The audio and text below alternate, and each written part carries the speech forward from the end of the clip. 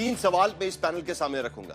क्या मानसून सत्र में मंगल मिलन के बाद सरकार सारे बिल पास करा लेगी, क्योंकि अब एनडीए की मीटिंग को मंगल मिलन कहा जाएगा जो मंगलवार को होना है। दूसरा सवाल, क्या चढ़ावा चोरी और पेपर लीक जैसे मुद्दे पर विपक्ष सरकार को घेर पाएगा? तीसरा सवाल, क्या संसद के मानसून सत्र में गतिरोध बने रहने की आशंका बढ़ती जा रही है, क्योंकि मुद्दे भी ऐसे हैं, खास करके पेपर लीक का मुद्दा, और विपक्ष बार बार यह कह रहा है कि शिक्षा मंत्री का इस्तीफा यह उनके एजेंडे पर है और 20 तारीख को इस बात को लेकर संसद पर मोर्चा भी ले जाने वाले हैं। तो इन सारे मुद्दों पर चर्चा हम करेंगे, लेकिन आगे बढ़ने से पहले इस वक्त की बड़ी खबर, और यह सूत्रों के हवाले से खबर आ रही है। कांग्रेस पार्टी इस पर आक्षेप जरूर लेगी, लेकिन खबर तो है। सूत्रों के हवाले से खबर आ रही है कि परिसीमन बिल को लेकर सरकार को सभी दलों के समर्थन का भरोसा हो गया है। भारतीय जनता पार्टी के सूत्र यह कह रहे हैं कि कांग्रेस और समाजवादी पार्टी छोड़कर बाकी इंडिया अलायंस के घटक दल भी परिसीमन बिल पर सरकार का समर्थन करेंगे। ऐसा भरोसा सरकार को हो चुका है। हमने कल चर्चा की थी इस बारे में कि एनसीपी एसपी की भूमिका इस बात को लेकर क्या होगी। हालांकि डीएमके ने कहा है कि जब बिल का ड्राफ्ट आएगा उसके बाद वो अपनी भूमिका रखेंगे। इस वक्त हमारे साथ पीयूष, हमारे संवाददाता, जुड़ रहे हैं। पीयूष, अब तक कई दल ये कह रहे हैं, आज सुप्रिया सुले भी वहां पर जंतर मंतर गई थी, उनका ये कहना था कि जब तक बिल नहीं देखेंगे हमारी भूमिका हम साफ नहीं करेंगे। डीएमके भी इस बात को लेकर आमादा है कि हमें पहले बिल देखना है, क्या उसमें कुछ बदलाव किए गए। ऐसे में बीजेपी किस आधार पर यह दावा कर रही है, सूत्रों के हवाले से क्यों ना हो, लेकिन यह दावा किस आधार पर कर रही है कि सभी लोग समर्थन करेंगे? साहिल, मैं आपको बता दूं कि सरकारी सूत्रों ने हमें बताया है कि पिछले कुछ दिनों में लगातार कुछ राजनीतिक दलों से सरकार के जो लोग हैं वो लगातार बातचीत करते रहे, और जिस तरह से बातचीत हुई है उससे ये चीज साफ हो गई है कि अगर सरकार को 2/3 बहुमत किसी बिल पे चाहिए तो वो इस वक्त उनके पास है। नंबर गेम की बात करें तो 293 एनडीए के पास है। पिछली बार 5 का समर्थन में था, 298 वोट जो है वो डिलिमिटेशन के टाइम पर सरकार को मिले थे, लेकिन अब ये बढ़कर 246 तक तो पहुंच ही गया है। क्यों? क्योंकि सरकार को लगता है कि डीएमके वो पार्टी है जो कांग्रेस का स्टैंड का विरोध करेगी, इसलिए वो सरकार के साथ रहेगी, और सरकार सरकार को कोई महत्वपूर्ण बिल पास कराना होगा डीएमके की रजामंदी से, तो उसको पास कराने को डीएमके का समर्थन मिल जाएगा।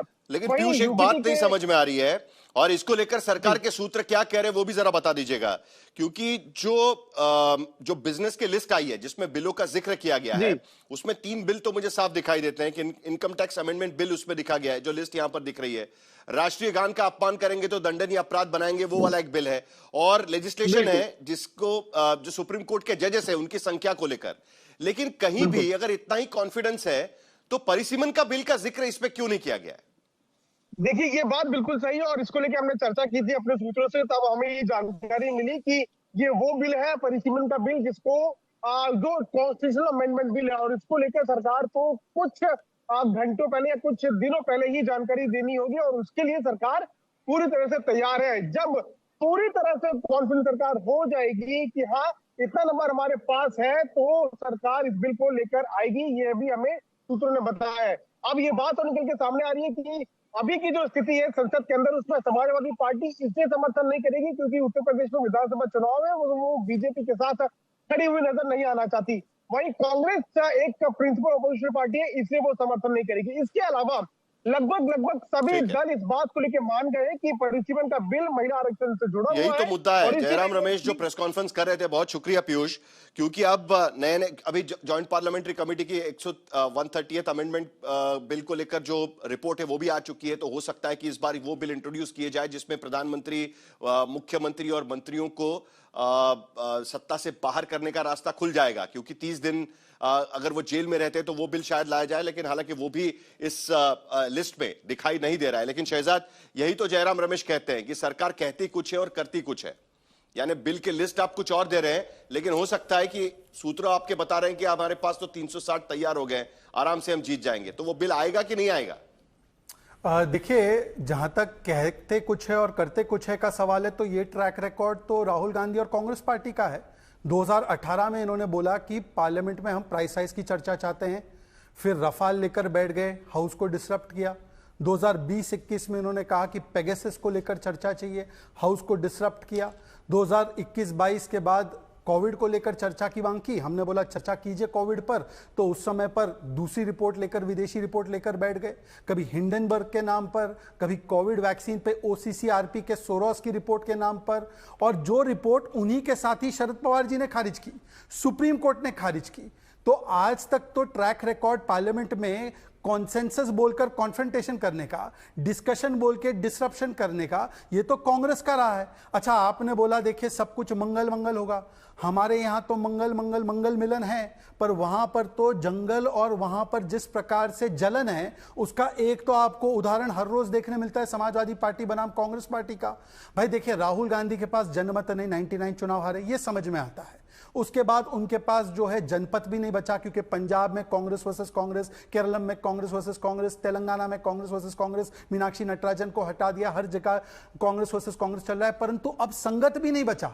संगत में देखिए ना, पिछले महीने मैंने आपकी एक डिबेट दिखी थी, जून में आपने डिबेट कराई थी कि इंडिया अलायंस ने अब तय कर लिया है कि हम लोग हर महीने 2 महीने में मिलेंगे, एजेंडा तय करेंगे और आगे बढ़ेंगे। एनडीए की आज मीटिंग हो गई, कहां पर है इंडिया अलायंस की मीटिंग? पार्लियामेंट सेशन आने वाला है, कोई अता पता नहीं। अच्छा, दूसरी बात पूछिए इनसे कि ये कितने मुद्दों पर एकमत है, कोई अता पता नहीं। अच्छा, कांग्रेस ने भी तो सबको धोखा दिया है, जहां पर भी पड़े कांग्रेस के कदम वहां पर उस पार्टी का निकला दम। आम आदमी पार्टी कांग्रेस के साथ नहीं है, अब टीएमसी वो तो कांग्रेस के साथ क्या रहेगी, खुद ही टीएमसी अपने साथ नहीं है, डीएमके कांग्रेस के साथ बैठना नहीं चाहती है, एनसीपी शरद पवार जी की पार्टी बोलती है। मेरे सवाल का जवाब नहीं दिया। सदन की कार्यवाही चलाना ये सरकार की जिम्मेदारी है, ये तो आपको आप मानेंगे। रूल ऑफ द बिजनेस क्या होगा, ये सरकार की जिम्मेदारी है। सरकार, आपको पता है कि हर बार लोकसभा सेक्रेटरीट से एक पूरी लिस्ट आती है कि ये इन बिलों पर चर्चा करेंगे, ताकि विपक्ष भी पूरी तैयारी के साथ उतर सके सदन के भीतर। अब ऐसे में मैं आपको यही पूछ रहा हूं, लिस्ट ऑफ बिजनेस में जिस बिल का नाम नहीं है, परिसीमन बिल का, डीएमके कह रही है कि हमारे पास तो कोई ड्राफ्ट आया नहीं है, एनसीपी एसपी कह रही है कि हम जब ड्राफ्ट देखेंगे उसके बाद तय करेंगे। तो परिसीमन का बिल, क्योंकि आपके कदम तो 360 की तरफ बढ़ रहे हैं, तो परिसीमन का बिल आएगा या नहीं आएगा, या अचानक आएगा लास्ट वीक? देखिए, ऐसा है साहिल जी, मेरी भविष्यवाणी करने की कला राहुल गांधी जी जैसी अद्भुत नहीं है। राहुल गांधी जी ने भविष्यवाणी की थी कि मोदी जी 24 में और 19 में प्रधानमंत्री नहीं बनेंगे, अर्थव्यवस्था डेड है कि उन्होंने घोषणा की थी, फिर मैन्युफैक्चरिंग खत्म हो चुका है, ये भी भविष्यवाणी की थी। अभी मेरे सामने गवर्नमेंट की तरफ से किया गया 5 बिल का एक लिस्ट है। वो बिल्स है इनकम टैक्स, सुप्रीम कोर्ट के जजेस का, registration of birth date, prevention of insult to national honour, मतलब वंदे मातरम को सम्मान देना, और एमएसएमई का बिल। और ऑल पार्टी मीटिंग तो अभी होगी ना साहिल जी। ऑल पार्टी मीटिंग में यदि विपक्ष को लगता है कि कोई ऐसा मुद्दा है जिस पे चर्चा अनिवार्य है, उसको लेकर आए। और भविष्य के गर्भ में क्या रखा है वो तो मैं भविष्यवाणी नहीं कर सकता, पर हां मैं ये जरूर कह सकता हूं। चलिए एक मिनट के लिए मान लेते हैं कि विमेंस, उसके लिए तो हम कमिटेड ही है विमेंस रिजर्वेशन के लिए। क्या रागिनी नायक विमेंस रिजर्वेशन के खिलाफ है? रागिनी जी को फाइनली मौका मिलेगा पार्लियामेंट में, रिजर्वेशन तो पास हो चुका है, उसका क्रियान्वयन भी तो होना है, क्रियान्वयन भी तो होना है। और इसीलिए मैं कह रहा हूं कि साहिल जी, ऐसा तो नहीं होगा कि पेपर पहले दिन से हम संसद के भीतर गतिरोध देखना शुरू ना कर दे, क्योंकि आपने साफ कर दिया है कि पेपर लीक आपका सबसे बड़ा मुद्दा होगा। और पहले दिन तो सरकार चाहती है, जो अभी हेडलाइन हमारे यहां चल रही थी, कि अमित शाह इंट्रोड्यूस करेंगे, वंदे मातरम के सम्मान का बिल पेश करेंगे सदन के भीतर। तो ऐसे में कहीं इस बार पेपर लीक को लेकर आपका पूरा लामबंदी तो नहीं होगी। और दूसरी तरफ ये जरा परिसीमन पर भी बता दीजिएगा, क्योंकि बीजेपी को पूरा कॉन्फिडेंस है कि समाजवादी पार्टी और कांग्रेस छोड़कर बाकी सभी लोग उनके पास हो गए हैं अभी इस पूरे मामले में। देखिए साहिल, सबसे पहले तो भारतीय जनता पार्टी को अपने प्रवक्ताओं को सिखाना चाहिए कि सवाल का जवाब सवाल नहीं होता है, जवाब देना पड़ता है। और जब सवाल आपसे पूछा जाए तो अपनी करनी के ऊपर आपको जवाब देना होता है, पहली बात। दूसरी बात, अगर परिसीमन विधेयक के ऊपर 2/3 बहुमत होता भारतीय जनता पार्टी और मोदी सरकार के पास, तो ये सूत्रों के हवाले से सुर्रा नहीं छोड़ा जाता, ये हवा में तीर नहीं मारा जाता।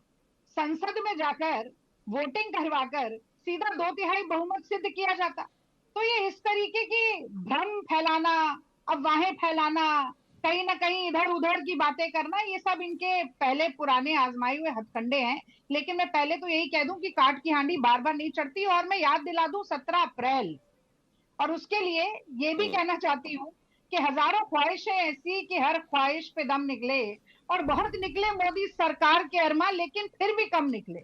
तो ऐसा है कि सुप्रीम कोर्ट ने कह दिया कि अब बुलडोजर राजनीति आपकी नहीं चलेगी, तो मोदी जी को लगता है कि अपने प्रदेश सरकारों में तो चलवा नहीं सकते, तो अब विपक्ष की आवाज को संसद में बुलडोज कर दो।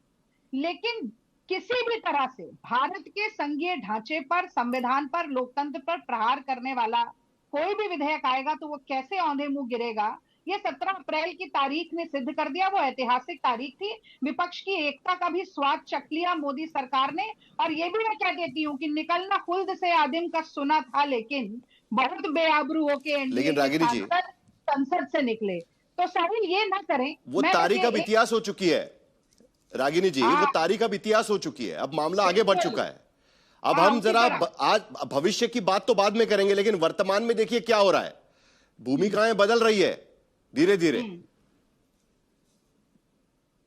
देखिए, आपने बिल्कुल सही बात कही। इतिहास इसलिए महत्वपूर्ण है साहिल, क्योंकि इतिहास दोहराया जाता है, इतिहास गायब नहीं हो जाता है। पर आपने ठीक कहा, आज वर्तमान की बात हम कर लेते हैं। 298 मत मिले थे इन्हें, 20 टीएमसी के विधायक इनके पास आ गए, 6 और आ गए, कितने हुए आप खुद अंक गणित कर सकते हैं, या मोदी जी से करवा लीजिए, वो तो आजकल बहुत अच्छा करते हैं। 1 और 1 मिलकर 2 होता है, या 1 और 1 मिलकर 11 होता है, या 1 और 7 मिलकर 8 होता है, या 2 और 6 मिलकर 8 होता है, उनसे ही करवा लीजिएगा। बात यह है कि विवाद के जरिए सारे विधेयक पास क्यों करने हैं, ये सबसे बड़ा मसला है। जब भी संसद का सत्र आता है साहिल, तो देश की जनता बहुत ही आशा के साथ देखती है सरकार की तरफ और सोचती है कि ज्यादा से ज्यादा विधेयक जो देश हित के हैं वो एक आम सहमति बनकर पास किए जाएं, विवाद से नहीं, संवाद से और सार्थक चर्चा से किए जाएं।